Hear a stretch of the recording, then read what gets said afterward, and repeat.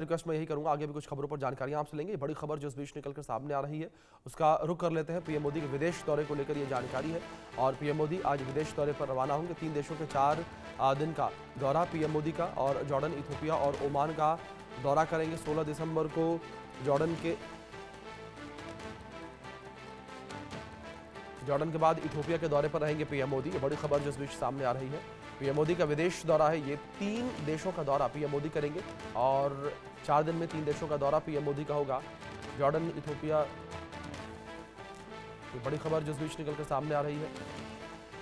4 दिन में 3 देशों का दौरा करेंगे पीएम मोदी और जिस तरीके से ये पीएम मोदी का दौरा काफ़ी अहम महत्वपूर्ण बताया जा रहा है। हमारे सहयोगी आदित्य वर्धावन लगातार हमारे साथ बने हैं, उनका रुख करेंगे। आदित्य, अगर पीएम मोदी के दौरे को लेकर बात करें, किस तरीके से पीएम मोदी का दौरा महत्वपूर्ण है, क्योंकि 4 दिन में 3 देशों में पीएम मोदी जो है जाने वाले हैं। जी बिल्कुल अभिषेक, देखिए ये 3 देशों का दौरा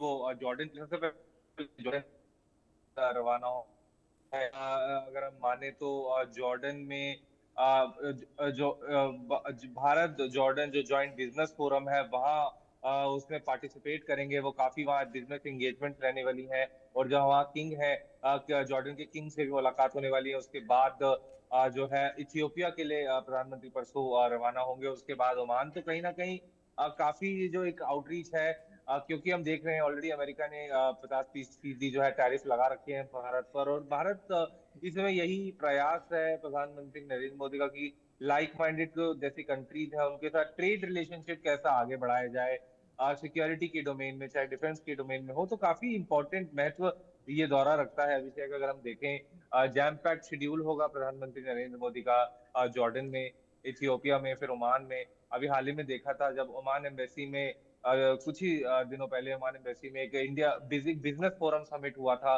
तो वहाँ अन्य तमाम ओमान और भारतीय बिजनेसमैन की मौजूदगी थी। तो ये चीज तब हुई जब प्रधानमंत्री का ओमान का दौरा लगने से पहले ही एम्बेसी में, ओमान एम्बेसी में ये इवेंट हुआ।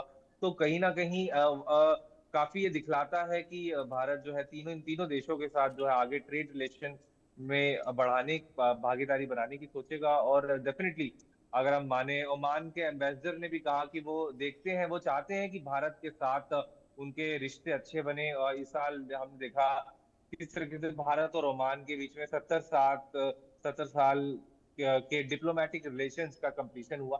तो कहीं ना कहीं अभिषेक दोनों चारों कंट्रीज के लिए, भारत के लिए सबसे ज्यादा एक बहुत अच्छी सिचुएशन है, अपॉर्चुनिटी है, विन विन सिचुएशन है। क्योंकि लाइक माइंडेड तीनों कंट्रीज जो है जॉर्डन, इथियोपिया और ओमान काफी चाहते हैं कि भारत के साथ इस तरह से बिजनेस डील्स हो। और आने वाले टाइम में यही उम्मीद करी जा सकती है अभिषेक।